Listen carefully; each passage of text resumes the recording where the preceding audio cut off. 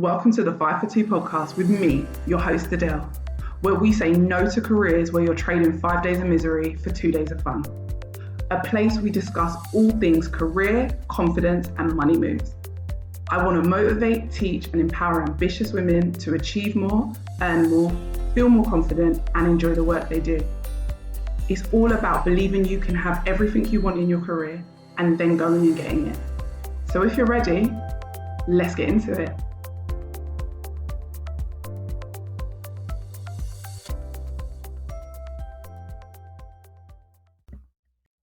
Hi, welcome to another episode. I'm excited to do this episode because whenever we're talking about career rules, career guidelines, what you should and shouldn't do and why you should do it, I'm there. I'm in the mix of that conversation. Why? Because the rules are just guidelines. Something a friend of mine said years ago that has always stuck with me. And when it comes to your career, it is so true. So if you've listened to past episodes, like I've got an episode with Charmaine Greenford, episode 86, where we talk about who can check you boo. That episode is still in my top 3 most listened to of all time and most downloads. Why? Because we're letting you know the things in your career that you've been told that aren't necessarily the truth. So today, I'm going to cover why. Basically, I'm going to recap. That's what I'm going to do. I'm going to recap on some of the things we spoke about in episode 86. Plus, I'm going to add some new things in there because I need you guys to understand what it is that you need to be doing and what you don't need to be doing. And also how you make things work for yourself. My coaching program is called Create Your Own Lane for a reason because we create our own lanes. If all you do is follow hard and fast rules in your career, you will find that you always feel behind. So I'm going to talk through some of the myths that I've heard, some of the things that I see so many of my clients doing when they first come to me, and what we change, which is able to get them the big pay rises, the new industry, the upgrade in their current career, whatever it is, they're able to do it because they realize that the rules they have been following are not rules at all. They're just guidelines. They're just something you heard from someone else that you're following. Also, I had something similar. I spoke to Jazz on something similar about this. Jazz Marfo. I can't think of the episode, but if you find it, we were talking about maybe you've been just given the wrong set of rules. This episode is the same sort of theme, but I'm going to go into some detail about some things that I keep seeing. It is 2025. We are doing things totally differently. And some of you need a reminder of the things that you need to do differently. So let's get into it. So first and foremost, the first thing I want to say is there is nothing wrong with following a traditional route. There are areas of my life where I like traditional. I like certain things old school and traditional. However, just because I like something old school traditional, or just because you do something old school and traditional does not mean it's right. That's what I want to start with. Traditional doesn't mean right, and traditional doesn't always mean that you're going to have the success you want. How many of you listening right now have followed the traditional route? You've done everything you were supposed to do. Went to school, got amazing grades, went to your college if you're in the UK, because we do college and then we do university. Went to college, got good grades, went to university, got the degree. Some of you got a first. Some of you listening to this now, I know, because some of you are my clients, and you got a first. You got the top level degree. You went and got your job. You've worked your way up. Yet, you see people around you with half your qualifications, half your skill set, half your experience, getting the same or more money than you, getting doors open for more opportunities than you. You find that you are struggling. You did everything they told you to do. And the reason I say they is because who is they? Society. Our parents, our friends, our family, you did everything they told you to do.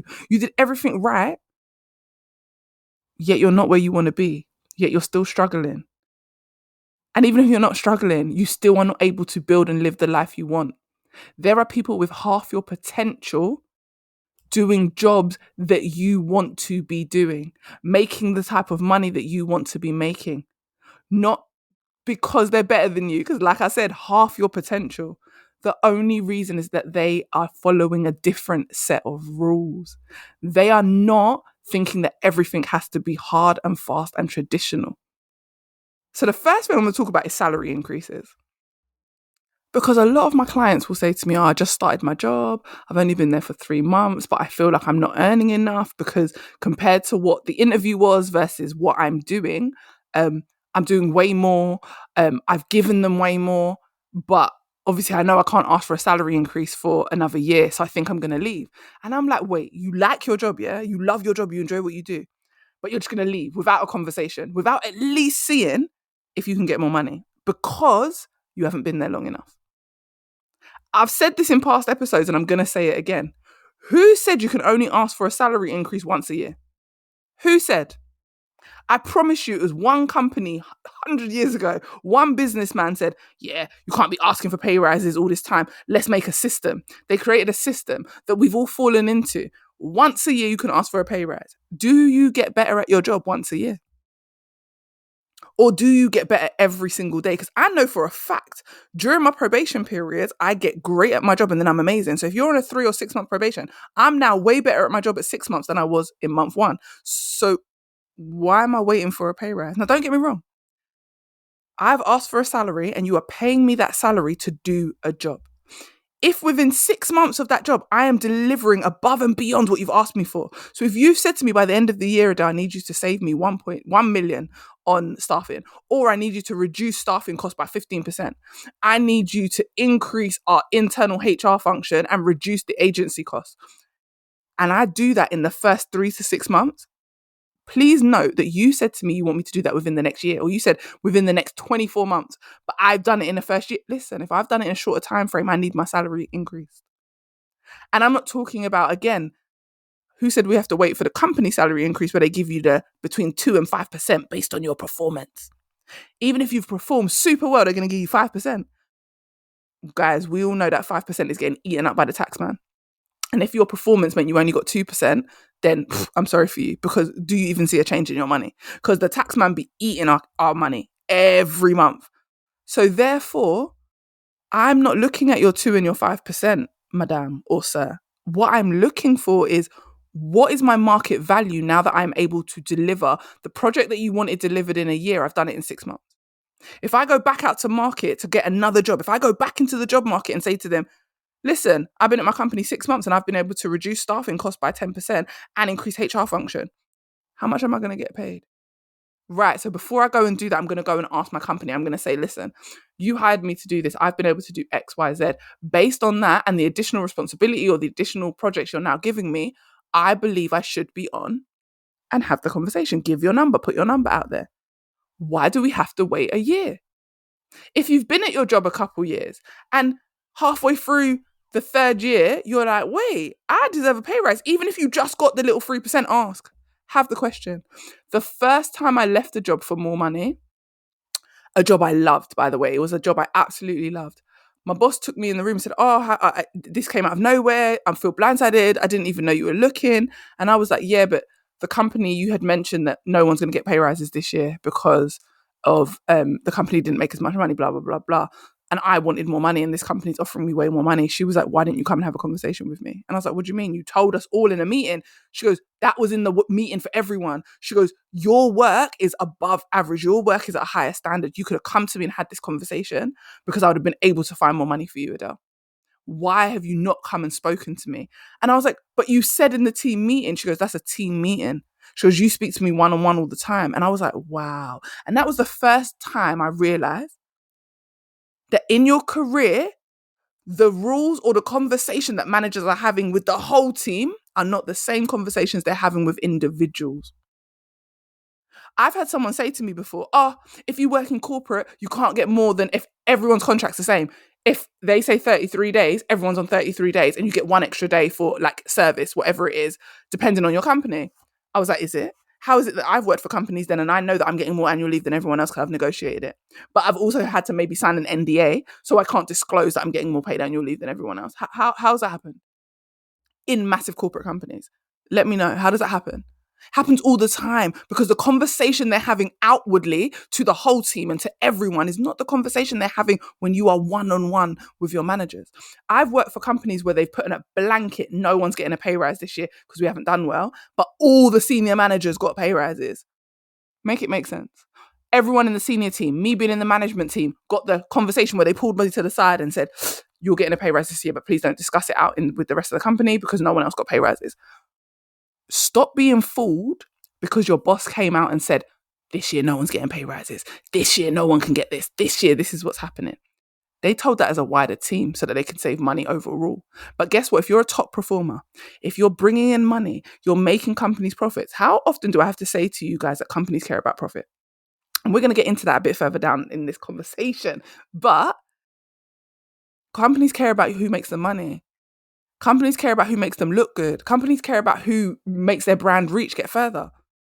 If that's you, you have way more negotiating power than someone who's in the background, who's less visible, and who isn't making them a lot of money.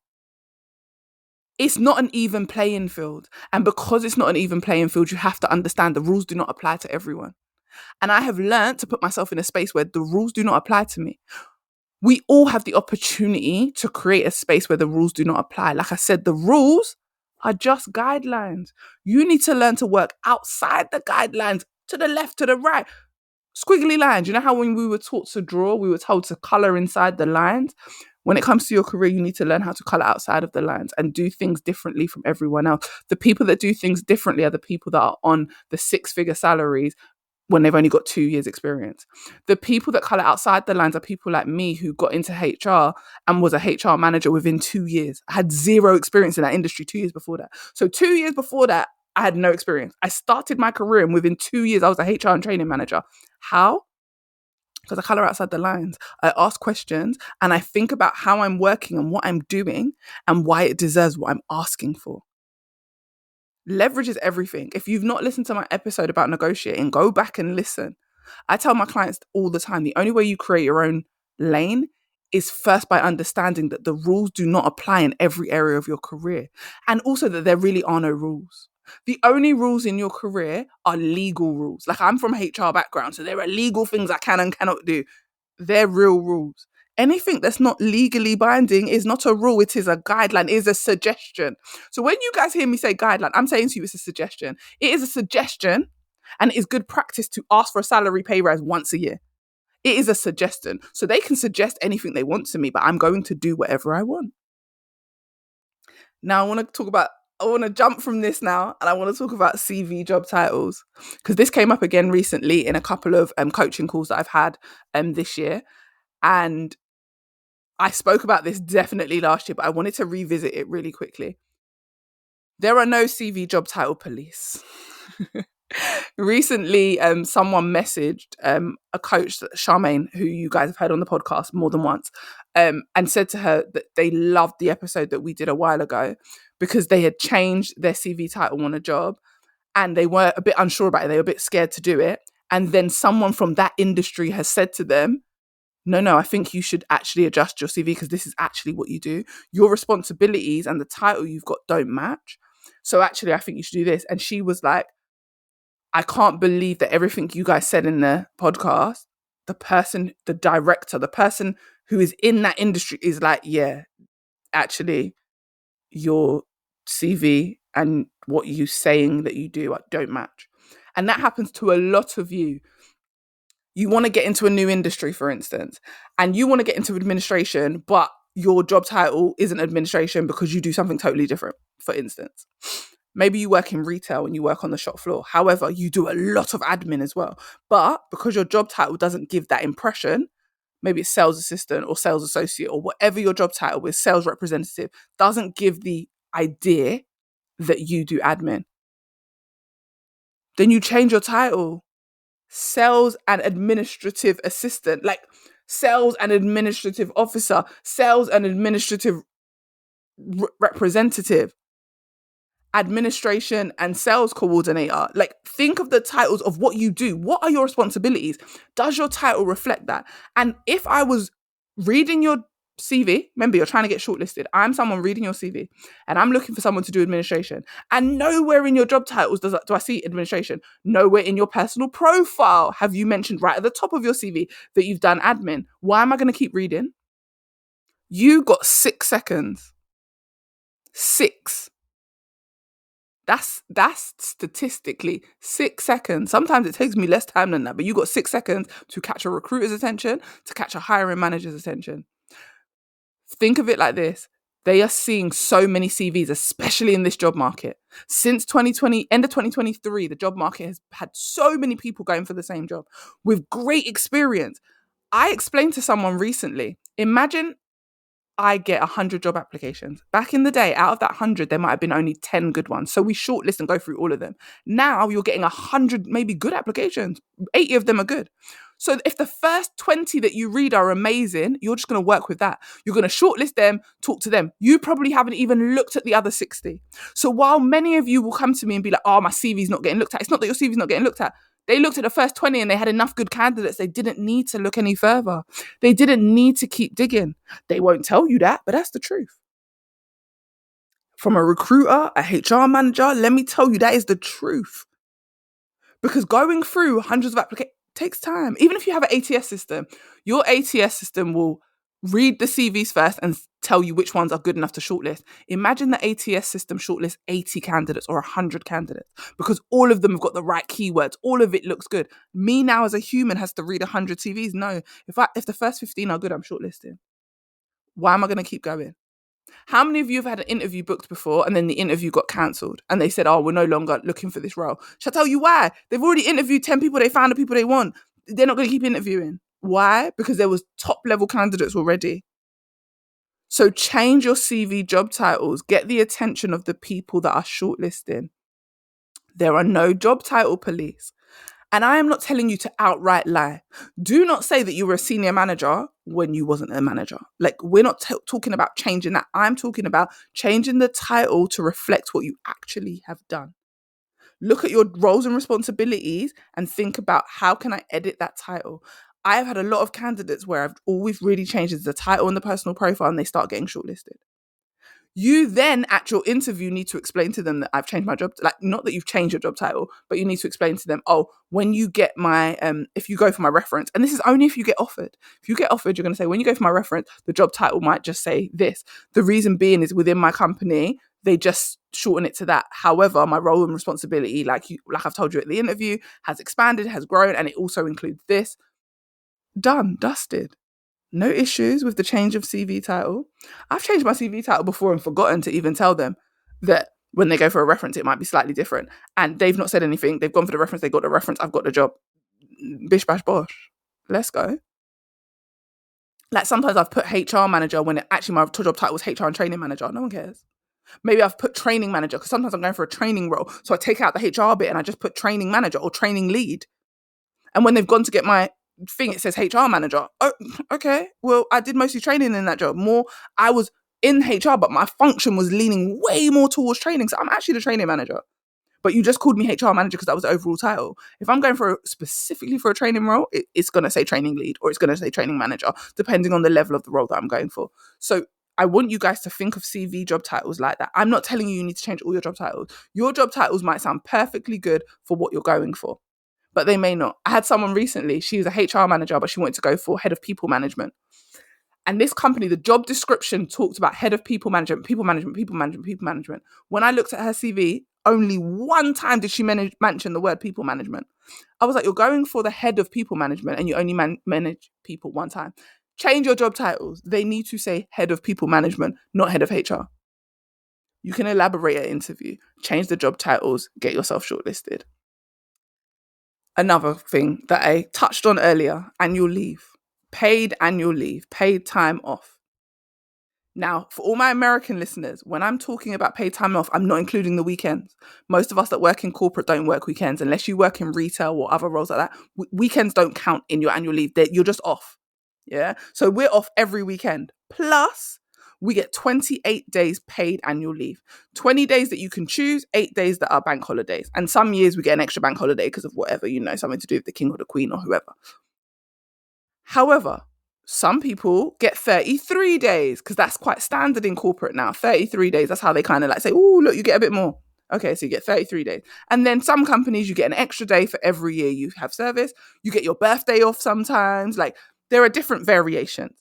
However, I've said to people before, I've negotiated almost 40 days annual leave. And they're like, how are you negotiating 40 days? If you work in a corporate company and they say 33 is what everyone gets, there's no way you've negotiated outside of that. Absolutely, I have.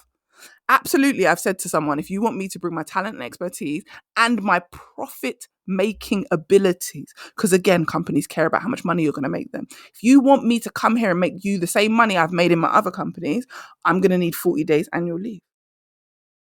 Or I'm going to need a higher salary. Which one? Let's talk about it. Do you know how often a company prefers to give me paid annual leave than give me a higher salary?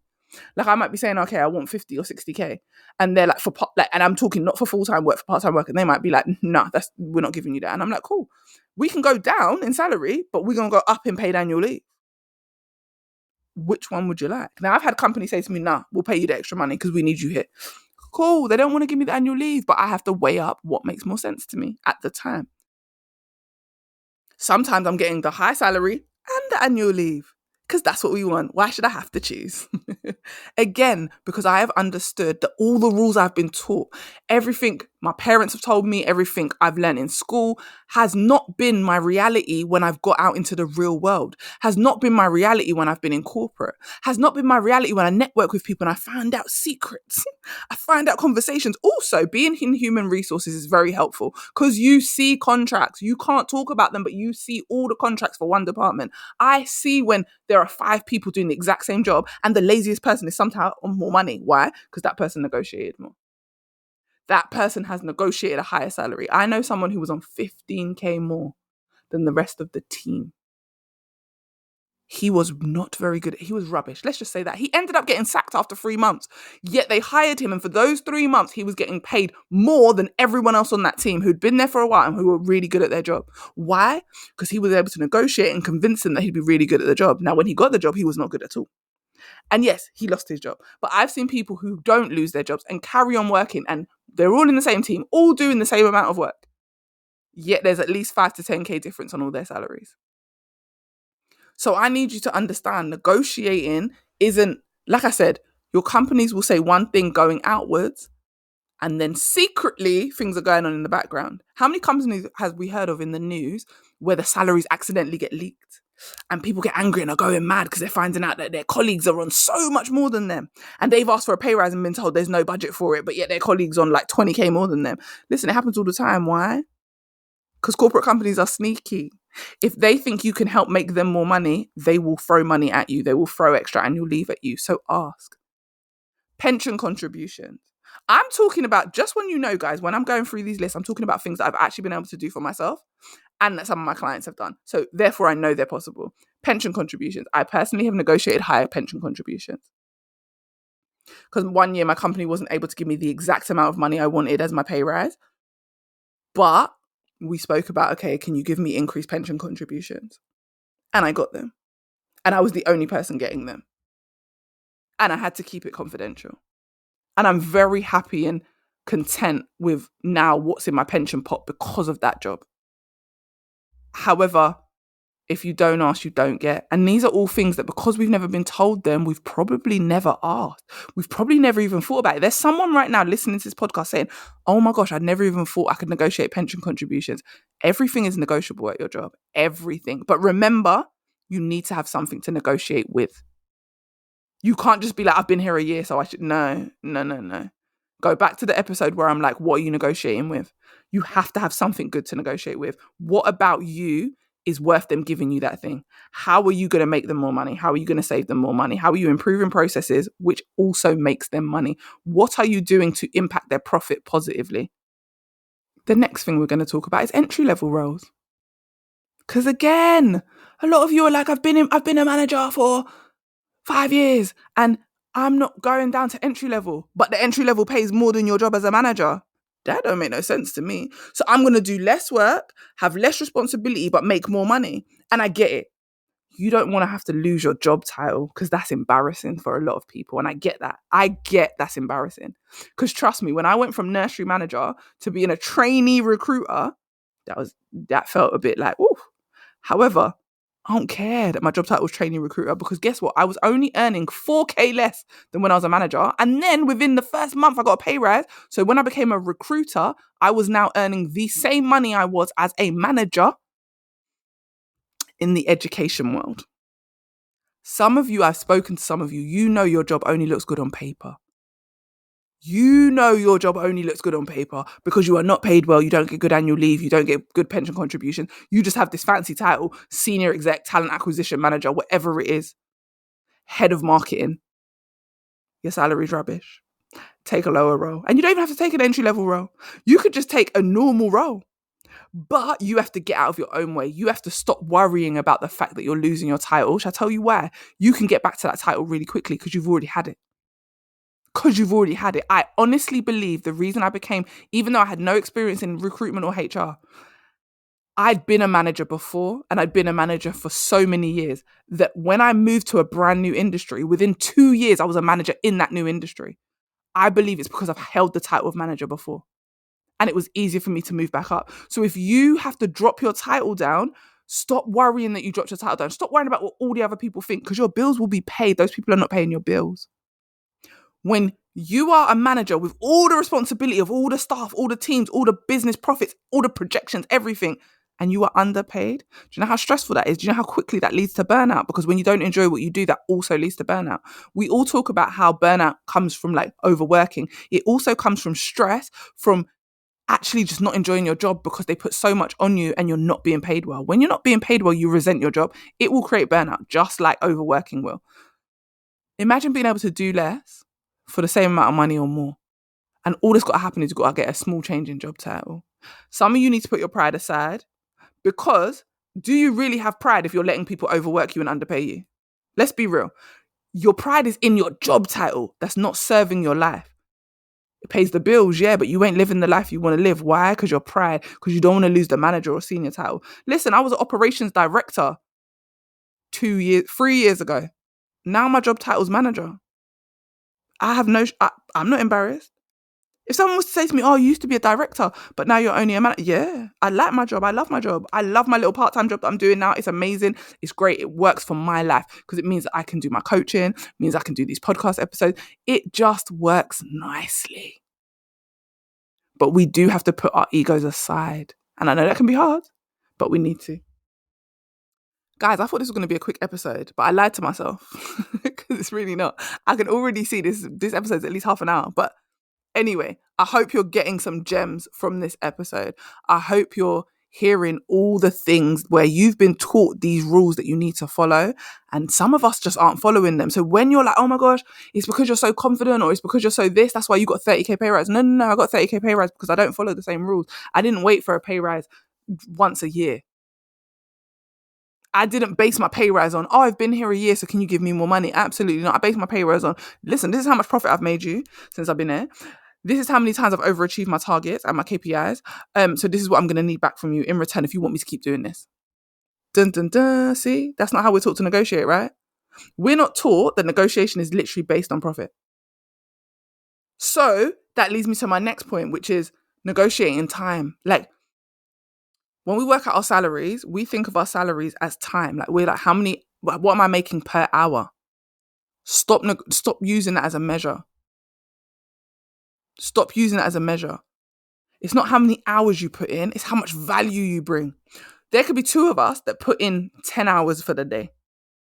Yet my 10 hours saved my company 5k. The other person's 10 hours saved the company 1k. The value is different of those 10 hours. I should not be getting paid the same as that other person per hour. Absolutely not. So you need to start selling the value and not selling time. What can you do for a company? How long it takes you to do it doesn't actually matter. Listen, I was able to negotiate part-time hours on full-time money because I was like, I can deliver you the same amount of profit that I've been delivering on 5 days. I could deliver it on 4. And then I was like, I can deliver it in 3. And we went down until we got to where I liked it. And then I started meeting so many people that already were working part-time. Like when I first met someone who was working 2 days a week, I think he was, or 3 days, and was on almost 70k. He was on like 67,000. I was like, wait. I know people working 5 days that's not even making that.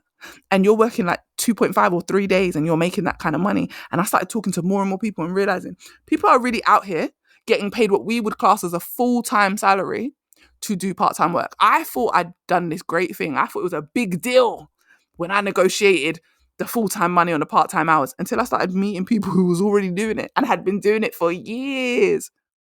So the big thing that I thought I'd done was small to someone else. Again, because they just weren't following the same set of rules. They didn't believe everything they were told. When we think of people like Richard Branson or people like that own these huge companies who make crazy amounts of money, they didn't follow the rules. They didn't even finish school, some of them. Some of them don't have the traditional degrees. They didn't go down the traditional route. But they still making what me and you do look like small time. Because based on what we have achieved, based on what they've achieved, small time. Why? Because they follow a different set of rules. They've made their own way. They've literally created their own lane. We all have that option and we all have that ability. We just have to be able to see outside of all the boxes we've been put in. Because that's what the rules are. When you listen to all these fake career rules, when you listen to all these fake societal rules, it's a box that we've been put in and we've been told, you can't come outside this box. But guess what, guys? Stretch your foot.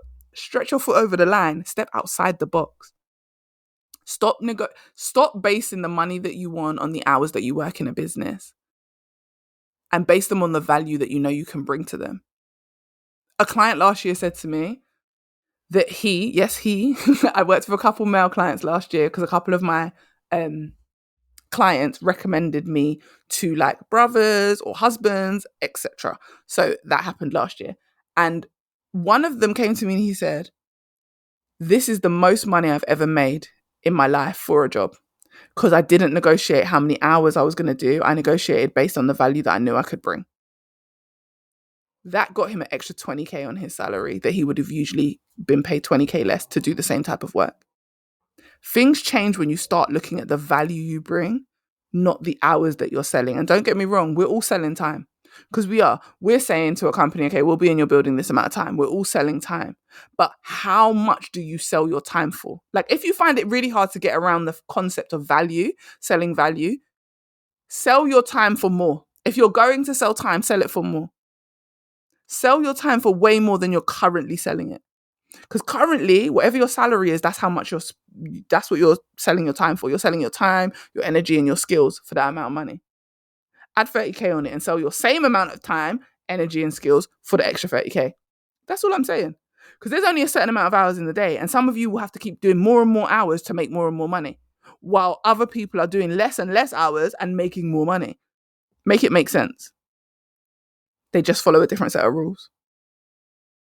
And that brings me to my very last point. Companies care about profit, not your experience. Fight someone else, fight the wall, but don't fight me. Because a lot of you are going to say like, oh no, they care about experience. Otherwise, why do they ask for it in the job description? The reason they ask for it is because they believe that the people with the most experience are going to be able to make them the most profit. There you go. I've answered the question for you. Why do they ask for experience? Because they believe that the people that have the most experience, the most qualifications are going to be the people that are going to be able to make them the most money. If you prove to them that you are going to be the person that's going to make them the most money without that experience, they will hire you because companies care about profit. Some people sell experience. I sell my skills. And don't get me wrong, I also sell experience but knowing that experience is transferable. So we talk about transferable skills all the time. We never talk about transferable experience because you could be in one industry and the experience that you've gained is going to help you in the new industry. It's going to help you make money for the new company. But you have to be able to connect the dots and explain it to them. You have to be explained why you are a profit-making machine.